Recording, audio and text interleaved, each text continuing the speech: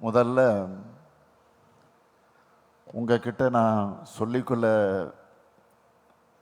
விரும்புவது என்ன என்றால், நன்றி சொல்லி நமக்கான உறவை தூரமாக்கிடாதீங்க.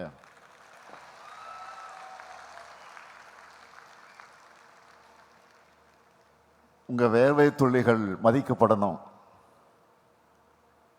கண்ணீர் துளிகள் துடைக்கப்பட வேண்டும்னு தான் உங்களுடைய கோரிக்கைகளை நாங்கள் நிறைவேற்றியிருக்கிறோம். மக்கள் பிரதிநிதிகளாக ஆட்சிக்கு வரக்கூடிய, ஆட்சி பொறுப்புக்கு வரக்கூடிய நாங்களும், அரசு ஊழியர்களாக மக்களுக்காக பணியாற்றக்கூடிய நீங்களும் சேர்ந்துதான் அரசாங்கம்.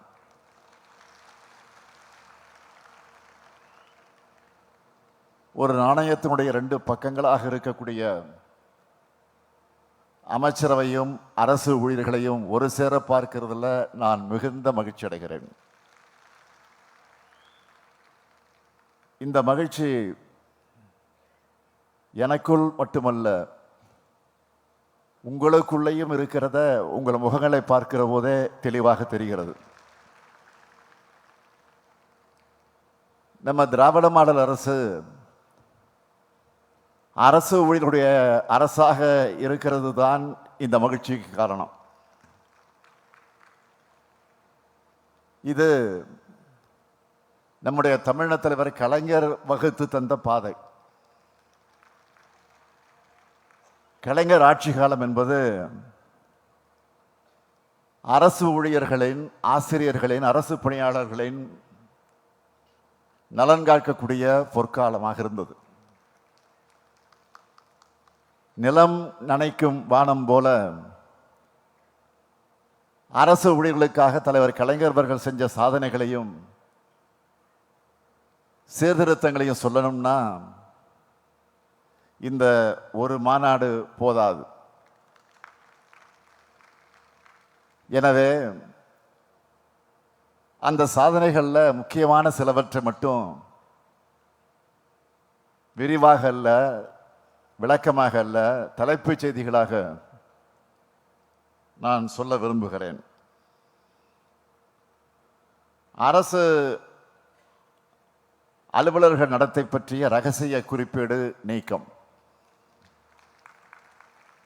இந்தியாவிலேயே முதல் முறையாக அரசு ஊழியர் குடும்ப பாதுகாப்பு நிதி. பணிகாலத்தில் இறக்கும் அரசு ஊழியர்களின் வாரிசுக்கு கருணை அடிப்படையில் பணி. ஈட்டிய விடுப்பை சரண்டர் செஞ்சு பணமாக பெறும் திட்டம் அமல். திருமண கடன், வாகன கடன், வீடு கட்ட கடன், மருத்துவ காப்பீட்டு திட்டம். 6 மாதத்திற்கு ஒரு முறை ஒன்றிய அரசு ஊழியர்களுக்கு பஞ்சப்படி உயர்த்தும் போதெல்லாம் மாநில அரசு ஊழியர்களுக்கும் உயர்த்தி வழங்கினார். பொங்கல் தொகையை போனஸாக வழங்கினார். ஒளிவு மறைவற்ற கலந்தாய்வு நடத்தி பணி மாறுதல்கள். அரசு பணியில் சேருவதற்கான வயது வரம்பு உயர்வு. 10,000 சாலை பணியாளர்கள் நியமனம். 7,000 மக்கள் நல பணியாளர்கள் நியமனம். பண்டிகை முன்பணத்துக்கு வட்டி நீக்கம். 2 லட்சம் சத்துவ பணியாளர்களுக்கு காலமுறை ஊதியம். ஓய்வு கால பணிகொடை உச்சவரம்பு உயர்வு. புலவர் பட்டம் பீலிட் பட்டமாகி தமிழாசிரியர் பணியிட பாகுபாடு நீக்கம். அரசு ஊழியர்களுக்கும் ஆசிரியர்களுக்கும் ஒன்றிய அரசுக்கு இணையான சம்பள விகிதங்கள். இப்படி அரசு ஊழியர்களுக்கும் ஆசிரியர்களுக்கும் தொடர்ந்து நன்மையை மட்டுமே செஞ்ச ஆட்சிதான் தலைவர் கலைஞர் தலைமையில் இருந்த ஆட்சி. அரசியல்ல கொள்கை பிடிப்போடு இயங்குகிற நாங்க மக்கள் நலனுக்காக உருவாக்கக்கூடிய திட்டங்களை வெற்றிகரமா அவங்க கிட்ட கொண்டு போய் சேர்க்கிற பெருங்கடமையை செய்யக்கூடியவங்க அரசு ஊழியர்களாக நீங்க தான். அதே போல ஆசிரியர்கள் செய்வத பணி என நான் சொல்ல மாட்டேன். நீங்க செய்யறது தொண்டு. உங்களால தான் இந்தியாவில் பள்ளி கல்வியில சிறந்த மாநிலமாக, 2வது சிறந்த மாநிலமாக நம்முடைய தமிழ்நாடு இன்றைக்கு விளங்கி கொண்டிருக்கிறது. நீங்க பாடுபட்டு உருவாக்கினவங்க தான் உலகம் முழுக்க நல்ல பணிகளையும் பொறுப்புகளையும் இருந்து தமிழ்நாட்டுக்கும் இந்திய நாட்டுக்கும் பெருமை சேர்க்கிறாங்க. இப்படி இந்தியாவோட எதிர்காலமான மாணவர்களை உருவாக்கி கொண்டிருக்கிற ஆசிரியர்கள் மற்றும் பேராசிரியர்களுடைய நலனை பாதுகாக்கிற அரசு தான் திராவிட முன்னேற்ற கழகத்துடைய அரசு. நம்ம திராவிட மாடல் அரசுல நாட்டுக்கே முன்னோடியான முத்திரை திட்டங்களை செயல்படுத்திக்கிட்டு இருக்கிறோம். இங்கே நண்பர்கள் குறிப்பிட்டு சொன்னார்கள். கலைஞர் மகளிர் உரிமை திட்டம், மகளிர் விடியல் பயணம், முதலமைச்சரின் காலை உணவு திட்டம், புதுமை பெண், தமிழ் புதல்வன், நான் முதல்வன், இல்லம் தேடி கல்வி, எண்ணும் எழுத்தும், ஊட்டச்சத்தை உறுதி செய், மக்களை தேடி மருத்துவம், இன்னுயிர் காப்போம், நம்மை காக்கும் 48, நலன் காக்கும் ஸ்டாலின், பாதம் காப்போம், இதயம் காப்போம், கலைஞர் கனவு இல்லம், அன்பு கரங்கள் திட்டம், அன்பு சோலை திட்டம், தோழி விடுதி, குறு சிறு நிறுவனங்களுக்கு கடன் உத்தரவாத திட்டம், கலைஞரின் அனைத்து கிராம ஒருங்கிணைந்த வேளாண் வளர்ச்சி திட்டம், கலைஞர் நகர்ப்புற மேம்பாட்டு திட்டம், உங்களுடன் ஸ்டாலின், கலைஞர் கைவினை திட்டம், மாற்றுத்திறனாளிகளுக்கான உரிமை திட்டம், உள்ளாட்சி அமைப்புகளில் மாற்றுத்திறனாளிகளுக்கு நேரடி நியமனம், முதலமைச்சர் கோப்பை, அயோத்திதாச பண்டிதர் குடியிருப்பு மேம்பாட்டு திட்டம், தொல்குடி திட்டம், டாக்டர் கலைஞர் விளையாட்டு உபகரணங்கள் வழங்கக்கூடிய திட்டம், பேராசிரியர் அன்பழகனார் கல்வி உட்கட்டமைப்பு மேம்பாட்டு திட்டம், பெருந்தலைவர் காமராஜர் கல்லூரி மேம்பாட்டு திட்டம், அண்ணல் அம்பேத்கர் தொழில் முன்னோடி திட்டம், முதலமைச்சரின் தாய் மாணவர் திட்டம், முதலமைச்சரின் கிராம சாலை மேம்பாட்டு திட்டம், கல்லூரி மாணவர்களுக்கு மடிக்கணினி திட்டம். இந்த பட்டியல் நீண்டு கொண்டே போகும். இந்த திட்டங்களால திராவிட மாடல் அரசுக்கு நற்பெயரும் செல்வாக்கும் கிடைச்சிருக்குன்னா அந்த பெருமையில பெரும் பங்கு அரசு ஊழியர்களுக்கான உங்களுக்காகத்தான். அது உங்களுக்குத்தான் முழு உரிமை இருக்கு. அதுக்கான எங்களுடைய நன்றியை சொல்வதற்கான வாய்ப்பா இந்த மாநாட்டை நான் ஏற்றுக்கொண்டு வந்திருக்கிறேன். இந்த மேடையில் நின்று அனைத்து அரசு ஊழியர்களுக்கும் அரசு பணியாளர்களுக்கும் நன்றியை நான் மீண்டும் மீண்டும் தெரிவித்துக் கொள்கிறேன். அரசின் கண்களாக கரங்களாக செயல்பட்டு கொண்டிருக்கக்கூடிய உங்களுக்காக நம்ம திராவிட மாடல் அரசில் செய்யப்பட்டிருக்கக்கூடிய திட்டங்கள் மற்ற முன்னெடுப்புகள் முக்கியமான சிலவற்றை மட்டும் சொல்லணும்னா, கோவிட் பெருந்தொற்று காரணமா நிறுத்தி வைக்கப்பட்டிருந்த அகவிலைப்படை உயர்வை 2022 முதல் ஒன்றிய அரசுக்கு இணையா உயர்த்தி வழங்கினதோடு ஒன்றிய அரசுக்கு இணையா கால தாமதமின்றி அகவிலைப்படை உயர்வு தொடர்ந்து வழங்கப்பட்டு வருது. உங்களுடைய கோரிக்கை ஏற்று கடந்த ஆண்டு அக்டோபர் மாதம் முதல் அரசு பணியாளர்கள் தங்களுடைய ஈட்டிய விடுப்பை ஒப்படைப்பு செய்து பணமாக பெற்றுக்கொள்ளும் நடைமுறையை மீண்டும் செயல்படுத்தி இருக்கிறோம். நாட்டிலேயே வேற எங்கும் இல்லாத புதிய திட்டமா? அரசு பணியாளர்கள் விபத்தில் உயிரிழக்க நேர்ந்தால் 1 கோடி ரூபாயும், இயற்கை மரணமடைந்தால் 10 லட்சம் ரூபாயும் ஆயுள் காப்பீட்டு தொகையா வழங்கிட்டு இருக்கிறோம். பணியிடை மரணமடையும் அரசு அலுவலர்கள் குழந்தைகளுக்கு 5 லட்சம் ரூபாய் முதல் 10 லட்சம் ரூபாய் வரை திருமண செலவுக்கான உதவியாகவும், மேலும் உயர்கல்வி பயில 10 லட்சம் ரூபாய் வரை நிதி உதவியும் வங்கிகள் மூலம் வழங்கப்பட்டு வருகிறது. அரசு பணியாளர்களுக்கு வழங்கப்பட்டு வந்த திருமண முன்பணம் 10,000 ரூபாயிலிருந்து 5 லட்சம் ரூபாயாக உயர்த்தி இருக்கிறோம்.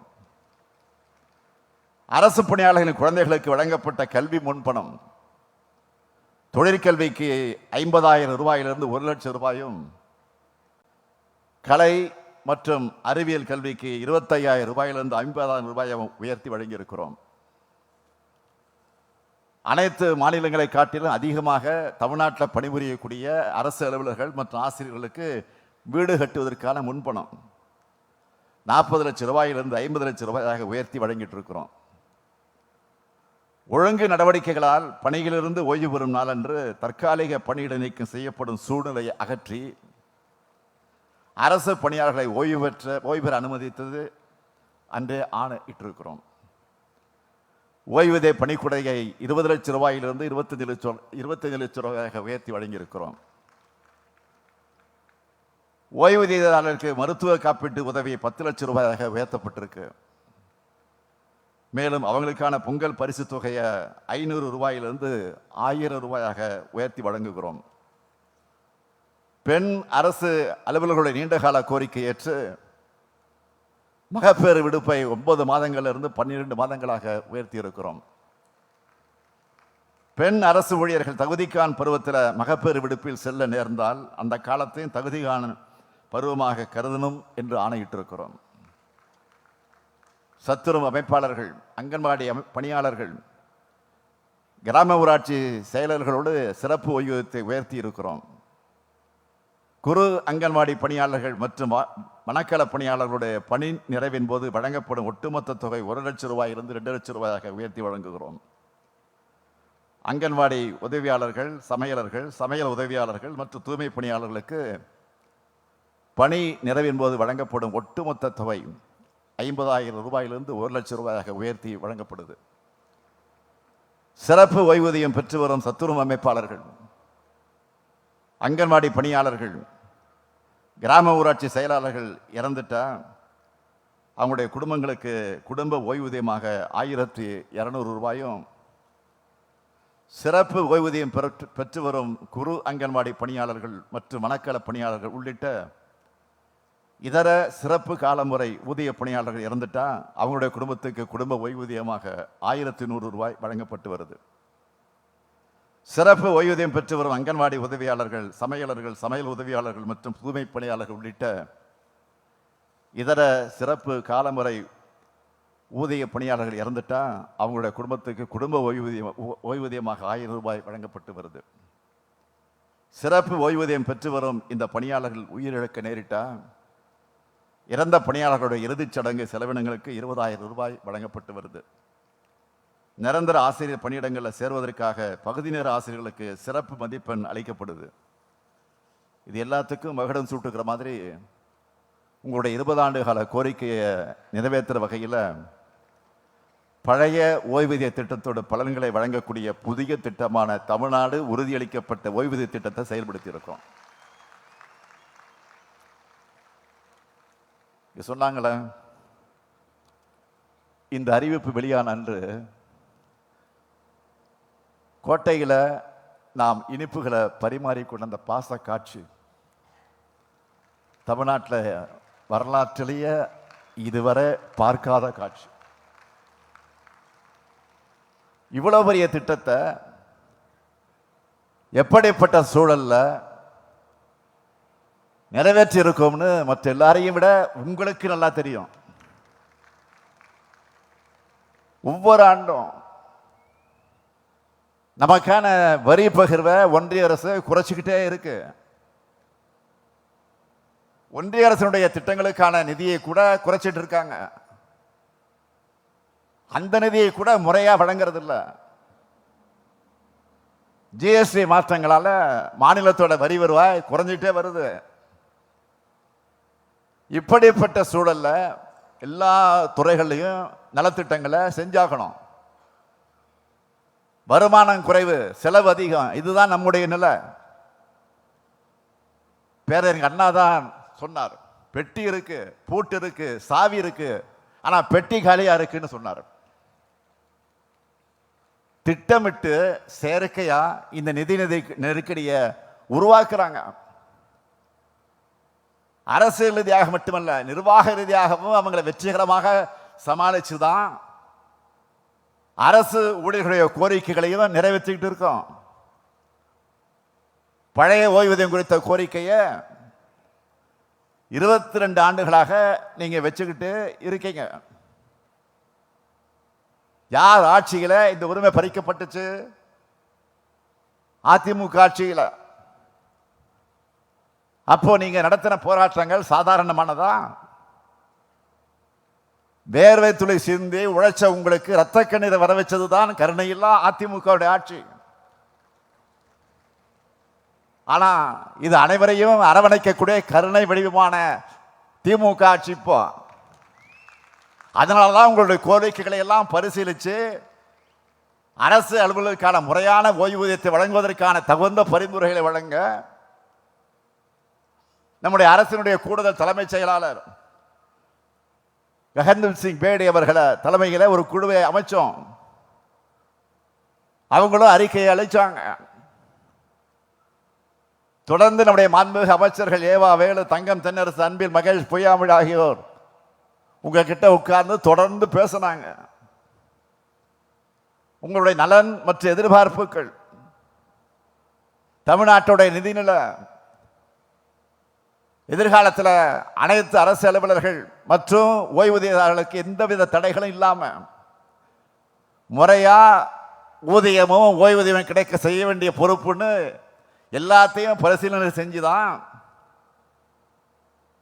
தமிழ்நாடு உறுதியளிக்கப்பட்ட ஓய்வூதிய திட்டத்தை அறிவிச்சோம். இந்த ஓய்வூதிய திட்டத்தினுடைய பலன்களை சுருக்கமா சொல்லணும்னா, மாநில அரசு அலுவலக பெற்ற கடைசி மாத ஊதியத்தில் 50 விழுக்காடு உறுதியளிக்கப்பட்ட ஓய்வூதியமாக வழங்கப்படும். இதுக்கு பணியாளர்களுடைய 10 விழுக்காடு பங்களிப்போட ஓய்வூதிய நிதியத்துக்கு தேவைப்படுகிற கூடுதல் நிதி முழுவதையும் தமிழ்நாடு அரசு ஏற்கும். 50 விழுக்காடு உறுதியளிக்கப்பட்ட ஓய்வூதியம் பெறும் ஓய்வூதியதாரர்களுக்கு ஆண்டுதோறும் 6 மாசத்துக்கு ஒரு முறை அரசு அலுவலர்களுக்கு வழங்கப்படுவதற்கு இணையான அகவிலைப்படி உயர்வு அளிக்கப்படும். ஓய்வூதியராக இறந்துட்டா அவருக்கு ஏற்கனவே பரிந்துரைத்த குடும்ப உறுப்பினர்களுக்கு அவர் பெற்று வந்த ஓய்வூதியத்தில் 60 விழுக்காடு குடும்ப ஓய்வூதியமாக வழங்கப்படும். அரசு அலுவலர்கள் ஓய்வு பெறும் போதும் பணிகாலத்தில் இறக்க நேரிடும் போதும் அவரவரின் பணிகாலத்திற்கு ஏற்ப 25 லட்சம் ரூபாய்க்கு மிகாமல் பணிக்கூட வழங்கப்படும். புதிய உறுதியளிக்கப்பட்ட ஓய்வூதிய திட்டம் செயல்படுத்தப்பட்ட பின் ஓய்வூதியம் பெறுவதற்கான தகுதி பணி காலத்தை நிறைவு செய்யாம பணி ஓய்வு பெறும் அனைத்து அலுவலர்களுக்கும் குறைந்தபட்சம் ஓய்வூதியம் வழங்கப்படும்.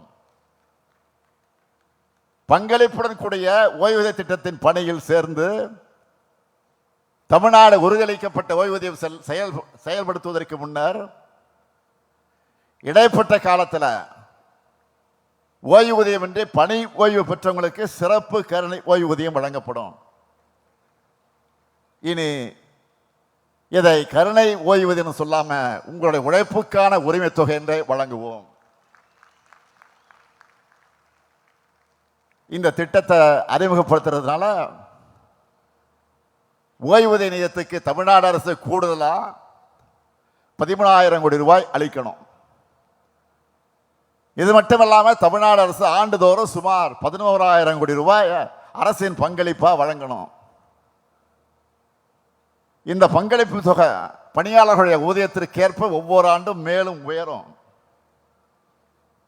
இப்போ தமிழ்நாடு அரசு சந்திச்சுட்டு வரக்கூடிய கடுமையான நிதி சூழலையும் அரசு ஊழியர்கள் மற்றும் ஆசிரியருடைய நலன்களை காக்கணும்னு இப்போ சொன்ன அத்தனை செலவினங்களையும் தமிழ்நாடு அரசு ஏற்கும்னு நான் உறுதியளிக்கிறேன். இந்த ஓய்வூதிய திட்டம் எவ்வளவு சிறப்பானது என்று தமிழ்நாடு அரசு ஊழியர் சங்கத்துடைய பொதுச் செயலாளர் திரு சோமசுந்தரம் அவர்கள் உள்ளிட்ட பலரும் பேட்டிகள் எல்லாம் கொடுத்திருக்கிறாங்க. நான் படிச்சு பார்த்தேன். அதையெல்லாம் நீங்க அனைத்து அரசு ஊழியர்களுக்கும் அவங்களுடைய குடும்பங்களுக்கு நீங்க எடுத்து செல்லணும். எதிர்க்கட்சி தலைவராக இருக்கக்கூடிய மாண்புமிகு திரு பழனிசாமி அவர்கள் ஆட்சியில் இருந்தப்போ அரசு ஊழியர்கள் எல்லாம் எப்படி கொச்சைப்படுத்தி பேசினா குறிப்பிட்டு சொன்னாங்களா? எப்படியெல்லாம் விளம்பரம் கொடுத்தாங்க என்பதை பற்றி எல்லாம் நான் அதிகம் நினைவூட்ட வேண்டிய அவசியமே கிடையாது. ஒட்டுமொத்த தமிழ்நாட்டு மக்களுக்கு ஒரு எதிரான கூட்டணி அமைத்திருக்கக்கூடியவர்கள் அரசு ஊழலுக்கு மட்டும் ஆதரவாக இருப்பாங்களா? சிந்திச்சு பாருங்க. ஆனா நாங்க அப்படி இல்லை. எங்களை பொறுத்த வரைக்கும் சொன்னதைத்தான் செய்வோம், சொல்வதைத்தான் செய்வோம், செஞ்சு உங்களுடைய பாராட்டுகளையும் பெறுவோம். நான் உறுதியாக சொல்லுகிறேன், உங்களுடைய கோரிக்கைகள், கனவுகள், எதிர்பார்ப்புகளை நாங்கள் நிச்சயம் திராவிட மாடல் 2.0 ஆட்சியிலும் தொடர்ந்து நிறைவேற்றுவோம். அரசு ஊழியர்களும் ஆசிரியர்களும் எங்களுக்கு பக்கபலமாக இருங்க. உங்களுக்கு பக்கபலமாக நாங்கள் இருக்கிறோம். வெல்வோம் ஒன்றாக. நன்றி, வணக்கம்.